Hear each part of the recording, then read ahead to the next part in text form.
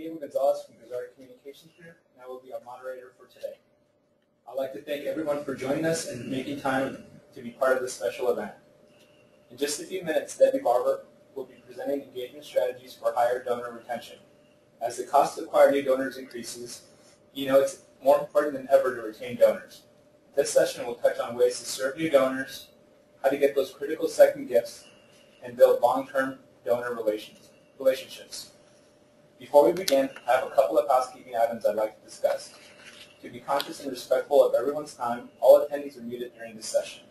If for some reason you have the phone icon in your dialog box, please physically mute your phone. We encourage everyone to type your questions, and we'll be answering them at the end of the presentation. We're also hoping everyone partakes in answering some of our polls. These will be asked as they pertain to the information being covered. Also, please note that your GoToWebinar dialog box will minimize by default after a few minutes, but you can expand it by clicking the orange box with the arrow pointing left. We are scheduled for 45 minutes with time allowed for questions and answers. At this time, I'd like to present Debbi Barber, President of Grizzard Communications Group. Now in her 32nd year at Grizzard, Debbi has worked with some of the top nonprofit organizations in North America, assisting them in development of donor-driven marketing strategies.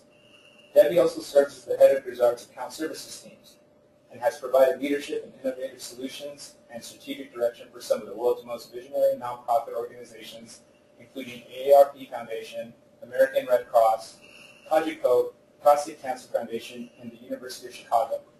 Now, without further ado, I'd like to give the floor to my colleague, Debbi Barber.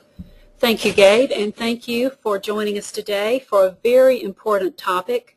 And as Gabe said, with acquisition rates on the decline, donor retention is becoming even more important. I'd like to begin. It's not turning.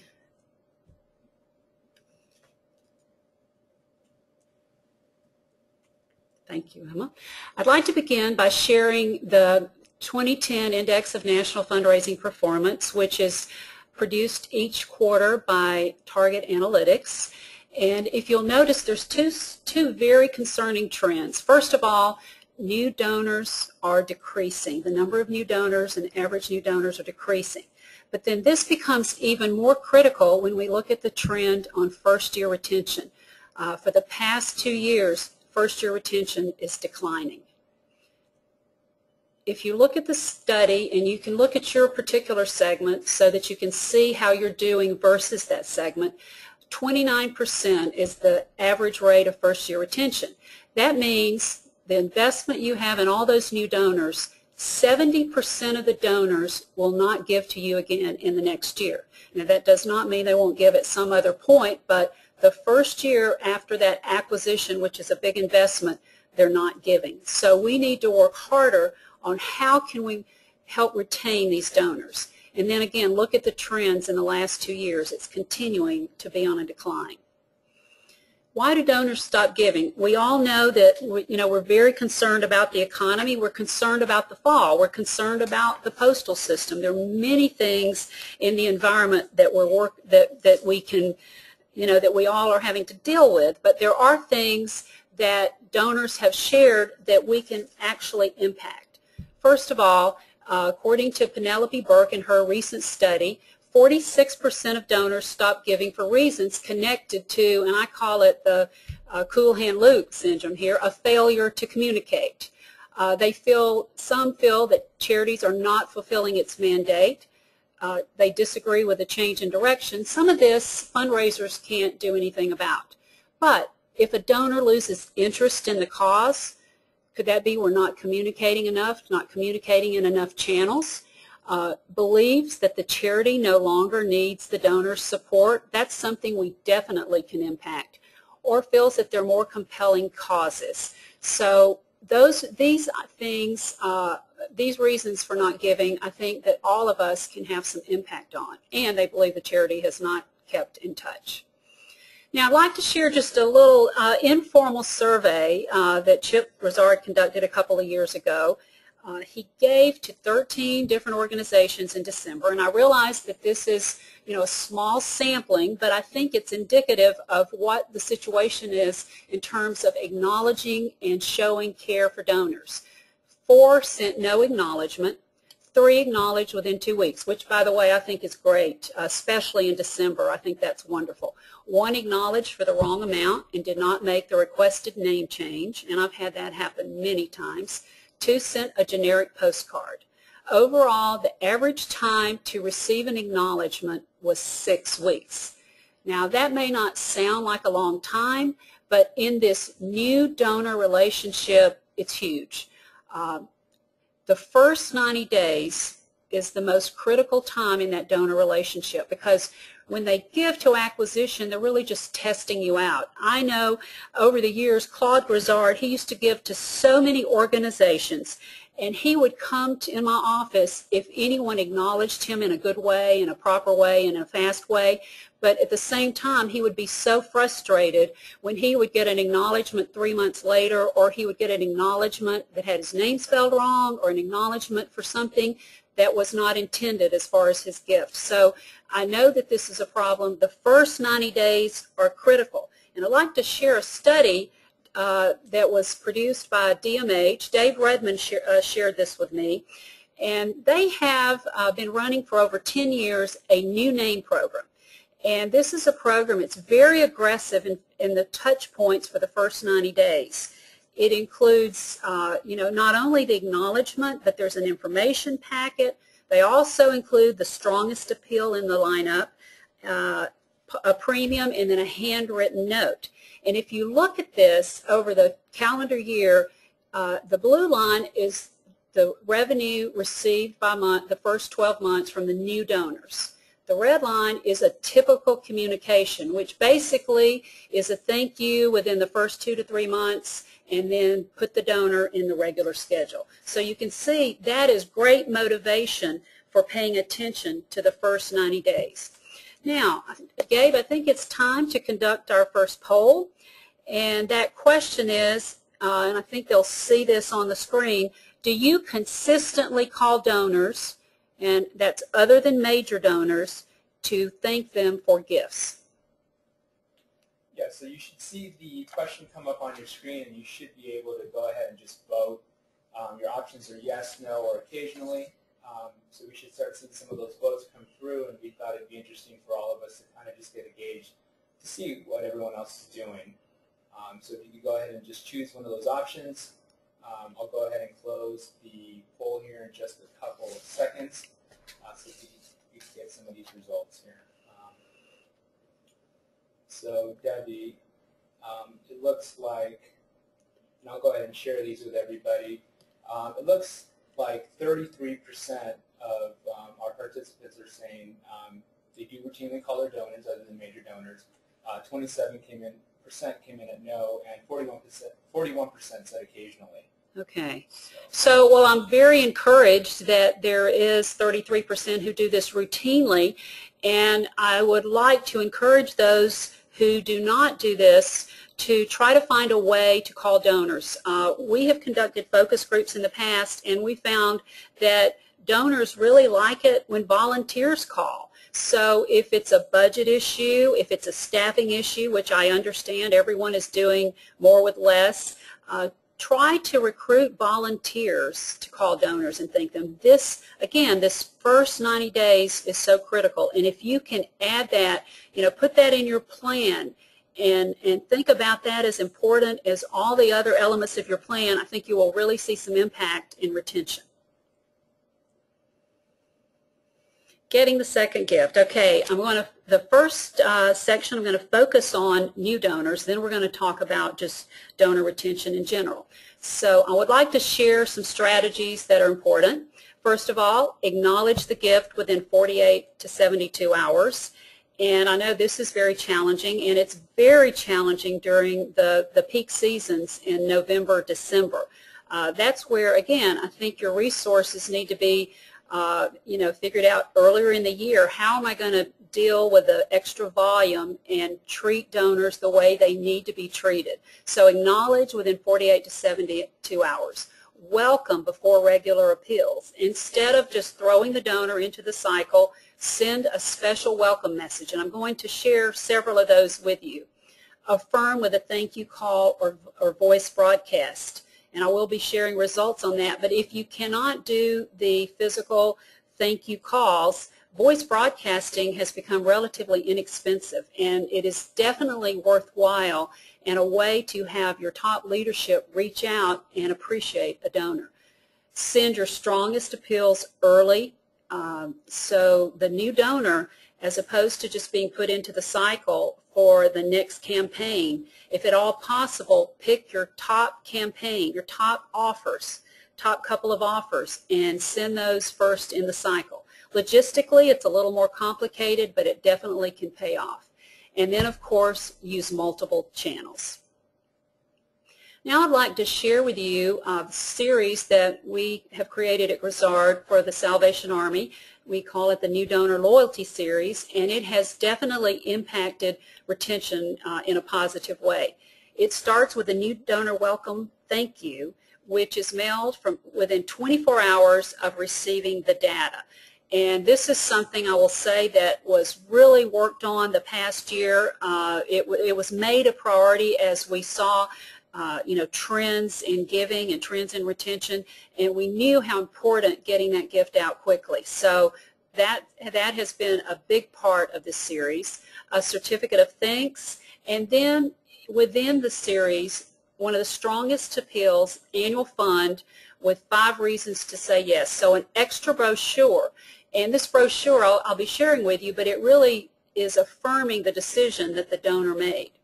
Here's an example of the thank you, the first in the series, a thank you. It's a big, bold, red envelope with the words thank you, and just saying you didn't forget, making the donor feel good, showing what the compassion of the donor does for the Salvation Army and ultimately for the recipients. There is a second ask within the thank you. And then really this is a very important part of what works here. We're acknowledging the fact that they have recently made a decision to give, and we're saying, I'm grateful you've chosen to support the Salvation Army's work. And the second in the series is a certificate of thanks, and again, big bold letters thanking the donor with their name. We've used these in many different ways over the years, and we're finding that putting this early in our communication with the donor is very important and very helpful.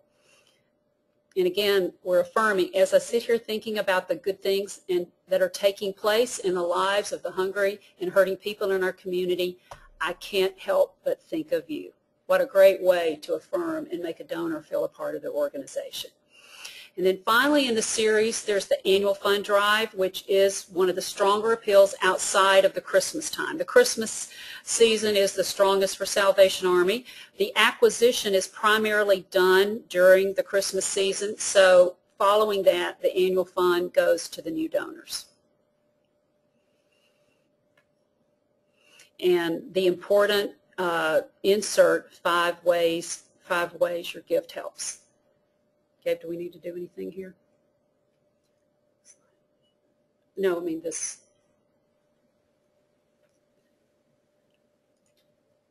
Okay, thank you. Okay, and now we have another poll. Okay, another poll. Do you currently ask for a second gift in your acknowledgement? So again, if you could go ahead and take a moment to go ahead and answer our poll. As Debbie mentioned, we're just wondering, do you currently ask donors for a second gift in your acknowledgement? So you can either answer yes or no. So please take a moment. We'll give everyone here another 5 seconds or so to answer the question. And we'll go ahead and move on. So let me go ahead and close this. And Debbie, it looks like 57% of our participants are currently asking for a second gift. So that's definitely good to see. Okay. This is a really tough one. And it's something that, you know, I've struggled with over the years because it feels in many ways, how can I ask if they just gave? And yet if you look at the numbers, asking for the second gift in the acknowledgement and thank you gets the second gift faster. We actually have very strong results from donors who will give a second gift with an acknowledgement. And if you think back to the first 90 days, you realize it's really important that we give the donor another opportunity to give at that time.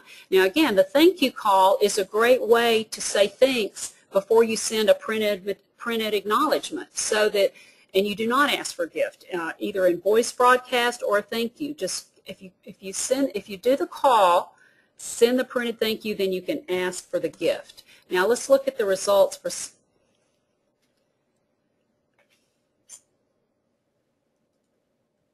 Salvation Army. Okay, if we look at the retention, in the red we have the Salvation Army Corps who actually have the donor loyalty series versus the ones who do not.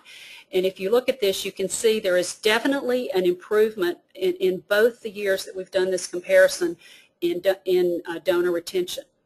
Also, there's a significant improvement in frequency of giving, and certainly that's getting that gift early in the season, and then the donor will have more opportunities to give the second gift.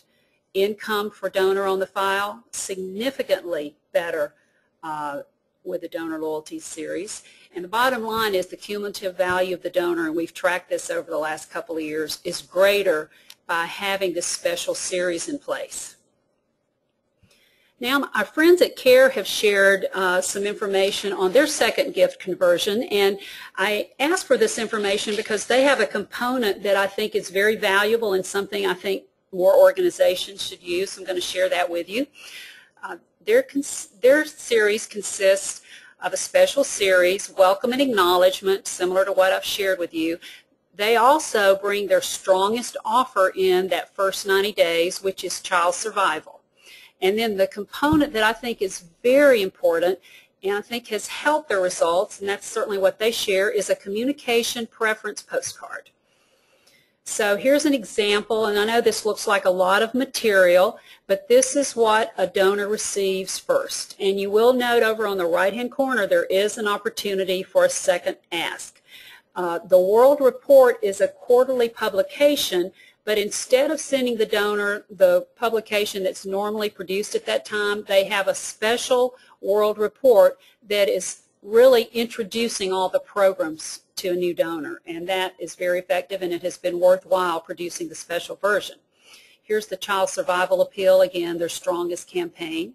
And then this is the Communication Preference Postcard, and one of the things I like about this is there is a pledge that CARE makes to the donor along with a very warm note. And then if you look a little closer at the communication preferences, you'll see that you're giving the donor the opportunity to tell you how they want to be communicated with.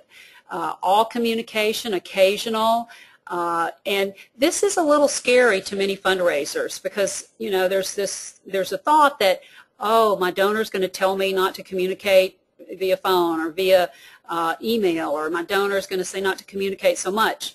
What has been effective here is this is done early in the relationship.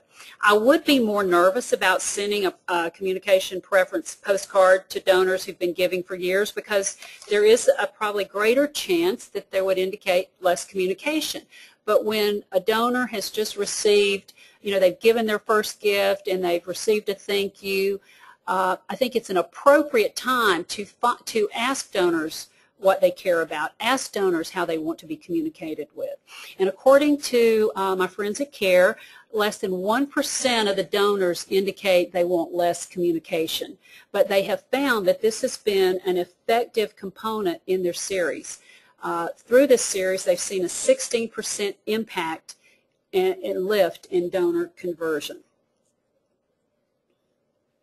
Now I'd like to share another series, Prostate Cancer Foundation. This is a Grizzard client. They have a series that includes a thank you and a welcome, a communication preference request, And another component that I think you'll find interesting, and hopefully you'll consider if you're not doing, a donor bill of rights. This is the package that goes to donors after their first gift. There is, the thank you. There is an ask for or an opportunity, I would say, for a second gift, and then a separate insert, 3 ways your gift will save lives. This is not part of the standard acknowledgement, but for someone who's given a first gift. And I'd like to share just a little bit about what's on this donor bill of rights. If you can read that, and if any of you would like a copy of this, I'd be happy to send it to you.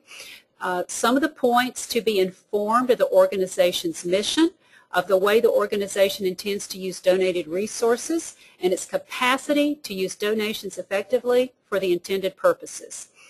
Some of the other points: to be assured your gifts will be used for the purpose by which they were given. To receive appropriate acknowledgments and recognition. To have the opportunity for your name to be deleted from mailing lists, etc. So this component has enhanced response to the whole welcome acknowledgement series for this client, and I know I have seen other organizations that use versions of this, but what a great way to say, you matter, we care about you. As a supporter to our organization, you do have rights, and we want to honor those rights.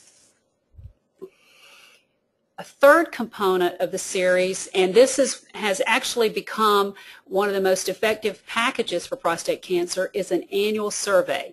We introduced this to the schedule. It was actually an added campaign or an added communication starting in 2006. We introduced this in January, and one of the reasons we wanted to understand donors' knowledge of prostate cancer, we wanted to tell them more about what PCF, Prostate Cancer Foundation, does, and we wanted to find out what they wanted to receive and understand their interest in PCF. Now, this is an example of what the whole package looks like, and within the cover letter it says, we want your opinion. If you look closer, and if you can just think of your organization and imagine some of the questions you could ask, we're trying to find out what information they know about prostate cancer, but the survey actually tells them information. Are you aware that prostate cancer strikes 1 in 6 American men? So again, that is true. We're telling that information, but we're also finding out what they know about the organization. We're also finding out more about how they want to be communicated with and what type of information that they would like to have for us to serve. Another very important component is the self-identification. And for healthcare organizations, Grizzard has found that having donors self-ID their relationship or their affinity to a disease has really helped with retention. Not just having them self-identify, but then coming back and communicating with the donor based on what we know about them. And then if you'll look down in the right-hand corner, may we call you to ask your opinion on matters regarding prostate cancer or PCF. Believe it or not, we asked that. 28% of the donors checked yes, you can call and ask my opinion. And the client was very excited, we were very excited that we had engaged donors and that they were willing to offer their opinion through a phone call. So I highly recommend, I think that is a way to build a longer relationship. Okay, is it time for another poll? Yes. Okay, so this question, how many channels of communication do you use to cultivate donors? 1, 2 to 3, or 4 or more? Okay, everyone, if you could just take a moment and answer the question, which is coming up on your screen. How many channels of communication, for example, mail, phone, digital, social media, email, do you use to cultivate donors? We'll go ahead and take another 5 seconds here to capture everyone's answers. I will go ahead and close the poll. So Debbie, it looks like this is very encouraging actually. 56% of everyone is actually using 4 or more channels. That is really impressive. With 2 to 3 getting 39%, and there was 5% on using one. But it's very encouraging to see that 4 more are actually. Absolutely. I'm very excited to hear that.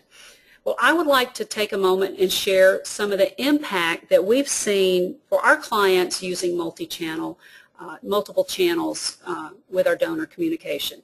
Okay, first I'd like to share a recent campaign that we conduct for our animal care clients. Each year, our strongest offer, our strongest package is a supporter card, and we mail the supporter card in January, and I know many organizations do that because January is a great time for renewal. And we decided in the fall that we would do a contest and actually let donors, where we had email addresses, vote on the supporter card, on the actual creative. And so we had a contest. Cast your vote today. In fact, the voting email had over 22% open rate, which we were very excited to engage our donors. One of the other opportunities this gave was the organization was able to tweet about the contest and share information on Twitter. They also posted it on their Facebook. And then there was another communication where they actually announced the winner. And if you can see, the winner is the dog with a little cat nose to nose. That was the winner. And then at that point, there was an opportunity after we shared the results of the voting for the donors to give. And again, this all was prior to the campaign that launched where we actually used the card. So this was a great way to engage donors around a campaign that was already in existence. We did a similar campaign for AARP Foundation where there's an annual calendar they produced, and we had the highest email and digital engagement by letting the donors vote on the cover for the calendar. So again, if you have materials that you're using and you think of an opportunity to let donors be a part of that, it can really enhance retention, engagement, thus retention. One of the other things that we did on this January campaign, donors who were acquired in November, December for animal care, we actually had voice broadcasts welcome them. Thank the donors for the gift, welcome them to the family, made a commitment to stretch the donor's gift to help homeless animals, and actually shared a little story of animals who were helped. Oh, back up. Okay, so I'd like to play that for you today. Hi, this is Dave Richardson, Executive Director of the Spokane Humane Society. Thank you so much for your recent gift and welcome to our family. I realize that there are many charitable organizations that you can support, and I want to assure you that we're committed to stretching your dollars to help as many homeless animals as possible. Homeless animals like Marge, a 1-year-old black cat, who came to us last month. Thanks to donors like you, Marge received the care she needed and has since been adopted. Your compassion and support are saving lives every day. Welcome to the Spokane Humane Society family, and thank you. What a way to welcome a donor, make them feel important. Just a simple voice broadcast. And this voice broadcast actually generated the donors who received the voice broadcast prior to the January renewal had a 32% higher response rate compared to donors who did not have the voice broadcast. So I hope you're seeing the value in taking the time to do that type of cultivation.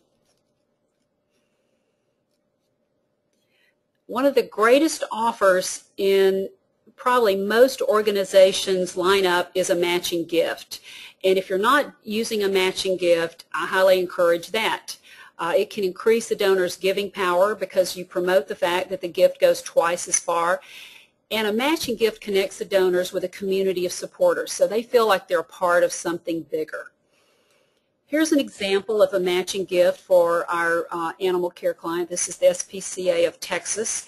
And one of the ways that we engage donors is we actually have facsimile checks showing the amounts that can be doubled. We talk about the fact that the gift can go twice as far. We find a really strong response to this across most of our client base. I know Red Cross, it's one of their top packages, and they actually use it in weaker months so that they can bring, lift revenue during that time. But we find, again, adding an extra channel. When we call the donor a week before the matching gift packages in the mail, or within just 3 or 4 days even, we find 39% higher response from donors who received the call versus donors who did not. Another multi-channel opportunity with a matching grant was with the ALS Association. This was the top responding campaign for the organization, and we found that it can be enhanced by having a patient story or a personal story. So this is the way the package looked. But then we found that in this case we had a patient who had a wonderful story to tell, and so we integrated her story and we included personal photographs in an interactive slideshow. And this is an example of what that looked like. We had banner ads. We actually had an email go out prior to the campaign, prior to the mail campaign. We also had an email following the mail campaign. And one of the components that I think really engaged donors was a slideshow where she actually shared photographs and told her story, talked about how ALS had taken so much, but she was determined to keep fighting. And then you see the opportunity to double your gift. So the slideshow gave the donors an opportunity to really know more and understand Kathy's journey. The results, 41% increase in net revenue per thousand over the previous match grant where a direct mail only was used. So again, this is a great way to engage and retain donors.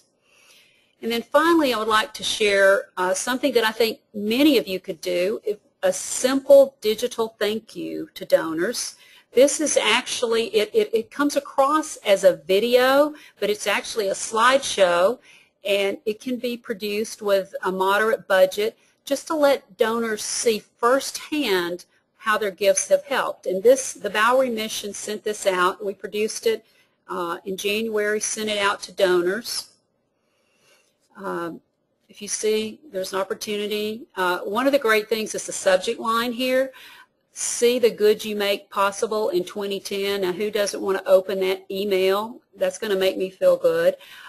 This email had a 100% higher open rate than any past email, so it just shows that, you know, all of us want to know that we've accomplished something good. So I'd like to share with you that video. Slideshow.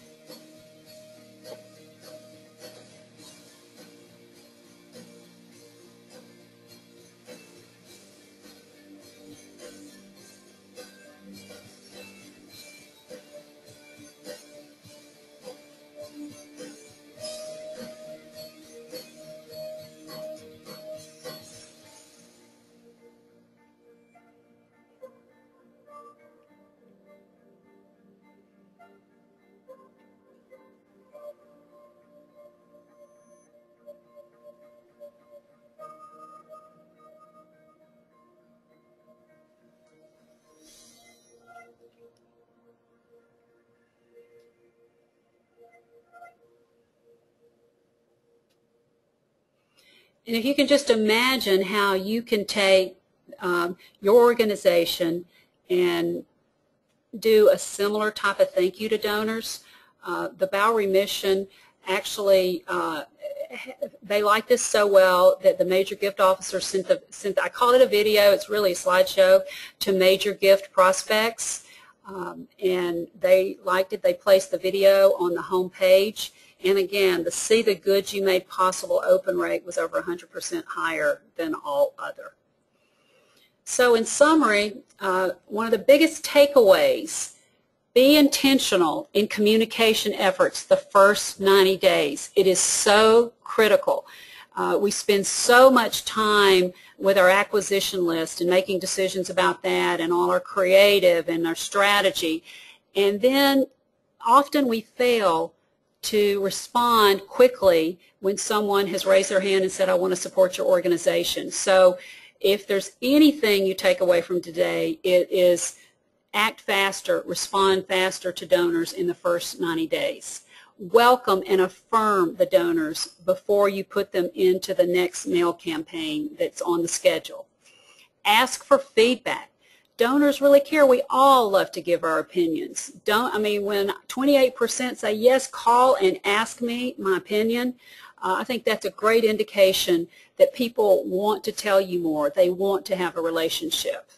Use multiple channels to communicate, mail, phone, digital, and I know many of you are doing that. I was really excited to hear those numbers. Continue to do that, and you will be much more successful in your retention. Well, Debbie, thank you so much for sharing and walking us through this powerful and informative presentation.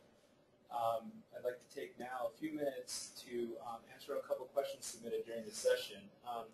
There was a couple of people that asked about the presentation itself and some of the slides. I just wanted to let everybody know that we will go ahead and post a copy of this on our website at grizzard.com, and we'll go ahead and email everybody a link within a few days. So as soon as it's ready to go and available for everyone, we'll go ahead and send that information out. But Debbie, thank you again, and I'd like to ask you the first question that came through, and that is, how many touch points, I know you talked about the 90 days, and that's really important, but how many touch points or appeals do you recommend sending out, those first 90 days? I think more than the number of appeals, I think the value would be using different channels.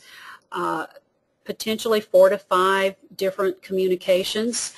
I think ideally a phone call of thanks, not asking for a gift. Then certainly a printed thank you with or without a certificate, possibly a handwritten if you have the budget to send a handwritten within that. If you have the email address, send an email thank you or just an email note of more information. So I think more important than the number is different channels, but you definitely want to touch a donor 3 or 4 times within that first 90 days. Thank you so much. And we do have another question here. I know we talked and just saw some great stats on the matching gift campaigns. Do you know how those campaigns perform, when you compare them to just, say, a regular campaign? Yes. The matching gift is usually in the top 3 or 4, if we have 12 to 16 campaigns in a cycle, and I know all clients don't mail that many, the matching gift or matching grant will be in the top 3 to 4. It always, or I would say always, most of the time elevates both response and average gift. And I know some organizations, I've heard the number 25% above the average campaign. So it's definitely a strategy worth pursuing. Thank you. We do have a couple more here I'd like to ask. And one is just, we discussed the importance of some existing channels, and we talked a little bit about the phone. I think some of the participants are wondering how they can compile either phone numbers or email addresses to go about, asking their donors to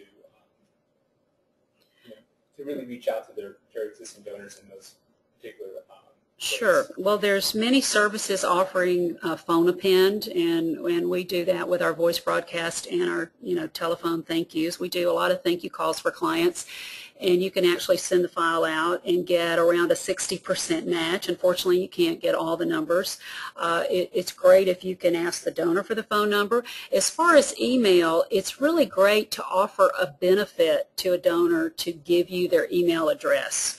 One of the ways we've done that with prostate cancer is we're offering to send them nutrition information. So if you can think of something of value to the donor that you can email them, offering some type of benefit, it's a great way to collect email addresses. But then you can also, there are many services offering email append. We do it every day here, where you send your file out and have email addresses appended. Well, thank you so much. I think we're running close to our time here, so I want to be conscious of everyone's time. And I do have a couple other things I wanted to share with everybody. I hope everybody found this session informative and helpful. I know we touched on a lot today, and should anyone have any additional questions, please go ahead and contact us via the information listed on your screen. We have our website, Twitter, Facebook, and actually Debbie's contact information is listed right there, so please feel free to contact her. Absolutely. Also, I'd like to thank everyone again for their time, and please check your email for invitations for our upcoming Grizzard webinars. Our next in the series will be by Grizzard CEO Chip Grizzard on December 13th. We hope to have more information out to everybody in early November. Again, thank you, and have a great day. Thank you.